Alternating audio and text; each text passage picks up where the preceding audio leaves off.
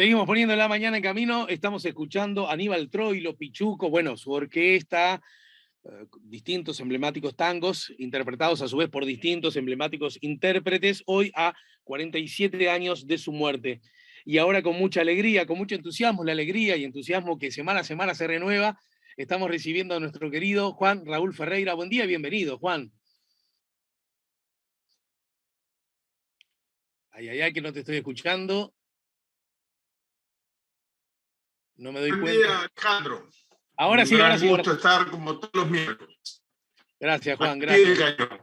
Bien, me consta, lo sé, lo valoro y lo agradezco. Sí, anunciaron hoy que las señales iban a estar débiles por la postormenta, pero bueno, Es cierto, esperemos que ahora me escuchas bien. se te escucha con alguna dificultad. ¿Sabés lo que podríamos hacer, según dicen los técnicos que pueden ayudar? Apagar la cámara, que eso puede facilitar la calidad de salida, el flujo de salida, y bueno, Sí, evitamos que se interrumpa el audio, ¿sí? ¿Te parece, Juan? A ver ahora. perfecto. La cámara. Bien, bien. Alejandro, porque tenemos poco tiempo, yo no puedo dejar pasar, antes de una breve reflexión sobre el panorama internacional, un recuerdo de que pasado mañana es la marcha, la primer marcha del silencio después de la pandemia. Así es. Muy querida. Una característica que yo siempre resalto y lo dejo por ahí porque hay gente con mucho más autoridad que yo. Obviamente, al ser el 20 de mayo, nació un homenaje a Selma Altoa y a Garredo y a Huaytlo y a Manuel Liberov, organizado el primer año, hace más de un cuarto de siglo, por la familia Michelini. Y luego, las organizaciones de la sociedad civil y gente en general, y no es más un homenaje a Selmar y Altoa, es un pedido que haya verdad, que haya justicia y que se conozca la suerte de todos los desaparecidos. Creo, sin embargo, que es el mejor homenaje a Selmar y Altoa en que se pudiera pensar. Solamente esa reflexión, Alejandro. Me permite este comentario tuyo ya anunciarle al público, a las y los oyentes de la mañana en camino, que el viernes, justamente, viernes 20 de mayo, vamos a estar conversando con el doctor en ciencia política, historiador, investigador, docente, escritor, Felipe Monestier, porque con Felipe mi intención es abordar desde la perspectiva académica del análisis histórico-político los asuntos vinculados al Uruguay y cómo ha transitado por los conceptos verdad, justicia, impunidad, derechos humanos, pasado reciente, es decir, para evaluarlo también desde esa perspectiva, las marchas del 20 de mayo en sí mismas, más allá de lo que buscan, proponen y exigen, ¿verdad? Las marchas en sí mismas. Bueno, en fin, sobre estos asuntos estaremos hablando con Felipe Monestier el próximo viernes, para también desde esa perspectiva histórica estar la mañana en camino de acorde a la fecha. Bueno, y de paso agradezco mucho la referencia, estimado Juan. La referencia, lo digo yo, no lo estás diciendo vos, que viniendo de vos, es una referencia oportuna, es una referencia necesaria, y me permito decirlo, ¿no? Nuestro vínculo está atravesado por la amistad, pero también eso no debería omitir ciertas ideas, ciertos pensamientos, ciertas conclusiones.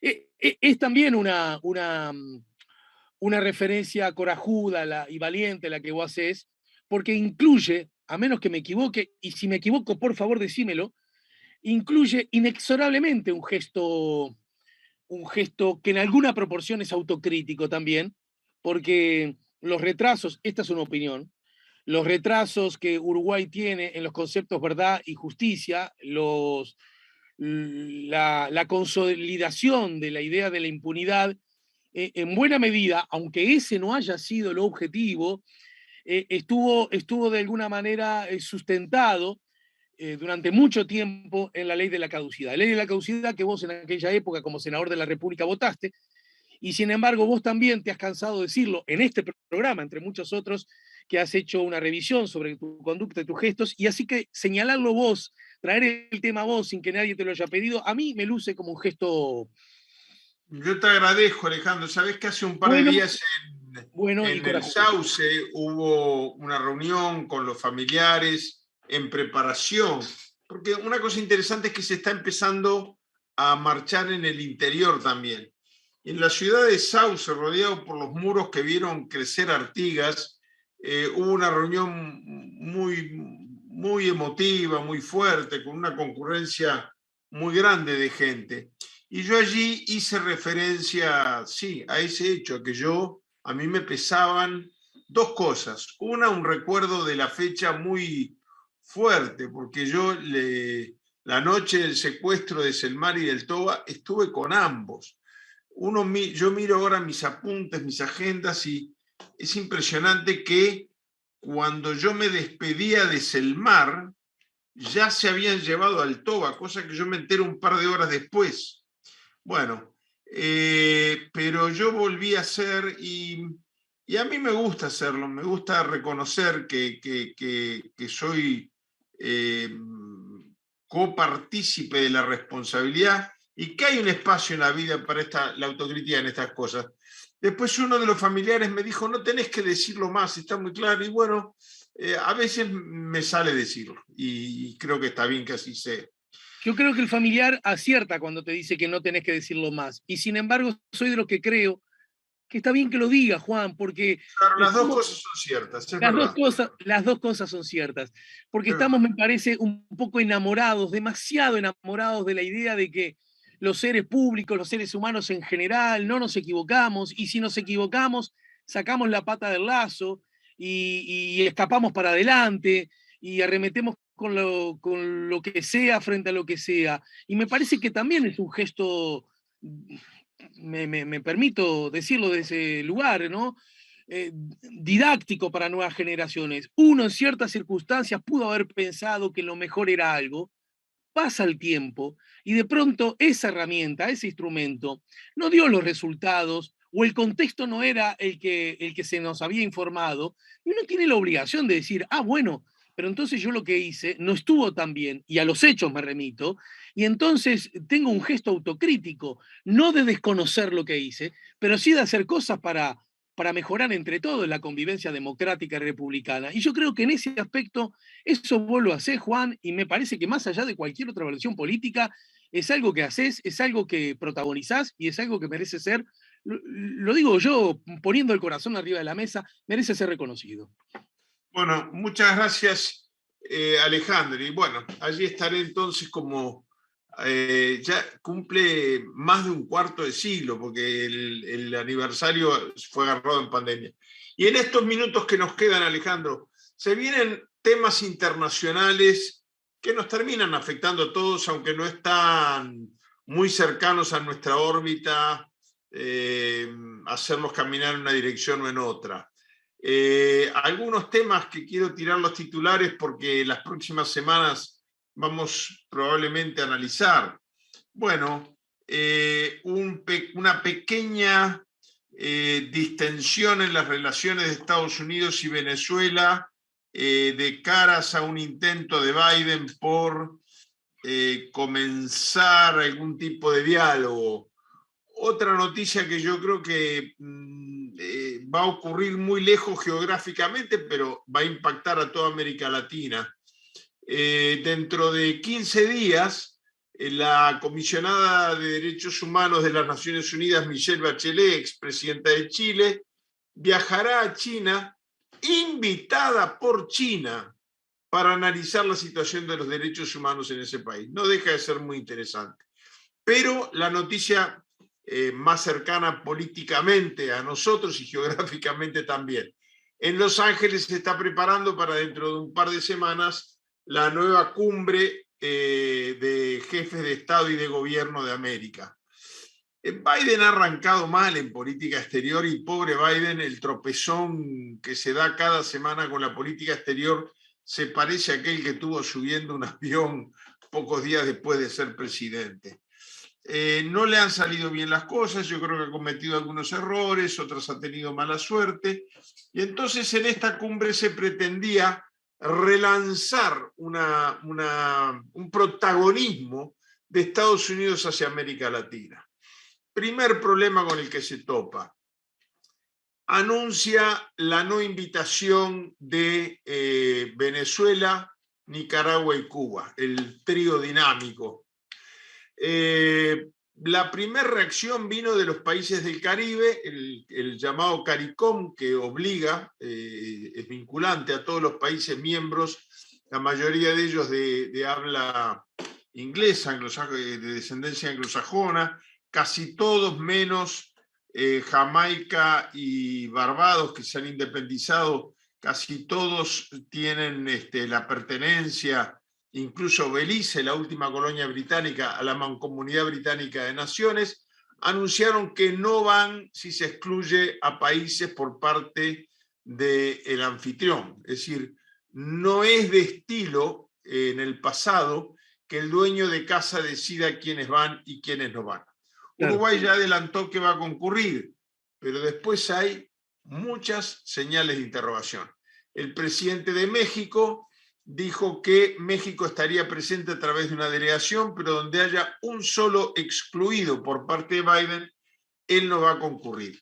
Pero esto además lo dice el presidente de México semanas después de haberle hecho un estate quieto muy fuerte a Estados Unidos, diciéndole que los inmigrantes que huyen para ese país están ingresando a lo que fue territorio mexicano antes de que fuera quitado por Estados Unidos en la guerra de fronteras.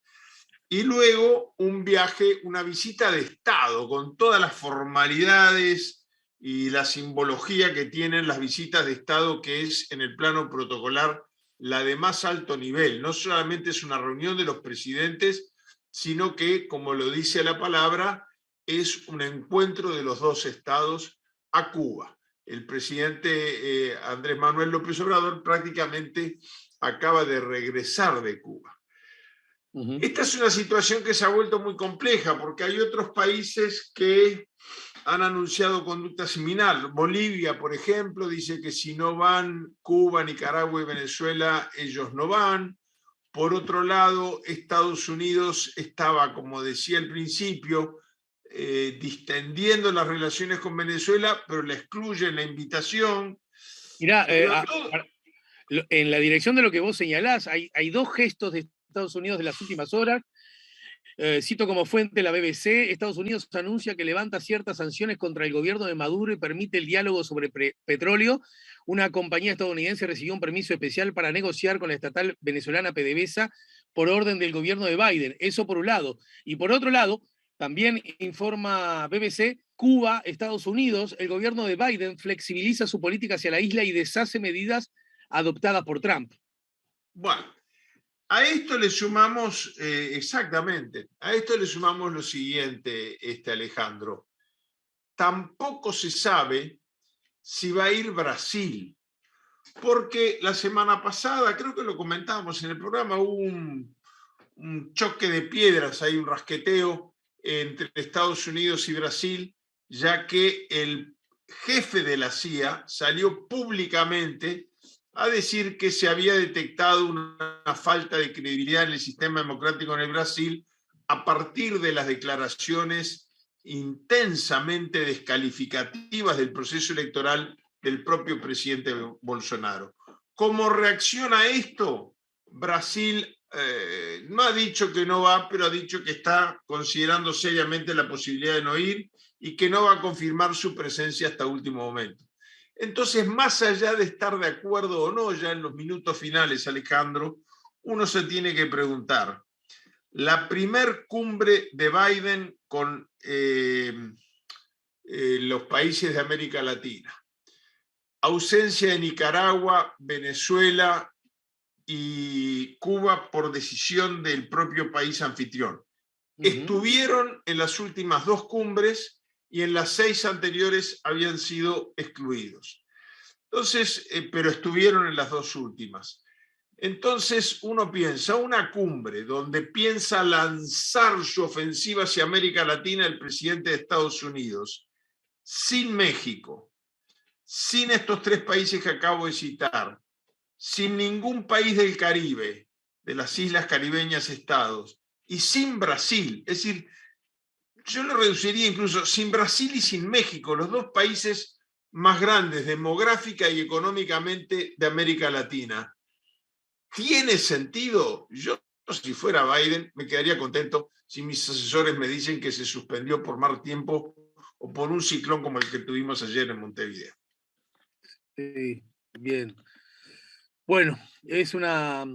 A mí me parece de todo esto una cosa, última reflexión que te pido, y es que una cosa es que la cumbre se realice en un país, pero la cumbre de las Américas no es del país donde se realiza la cumbre, ¿no? Exactamente, este es el argumento que están haciendo los países que no van a ir. Sobre todo es el argumento que ha utilizado más el presidente mexicano AMLO, que ser anfitrión es ser dueño de casa, pero sin capacidad de decir, como en mi casa, a ti no te invito a la cena.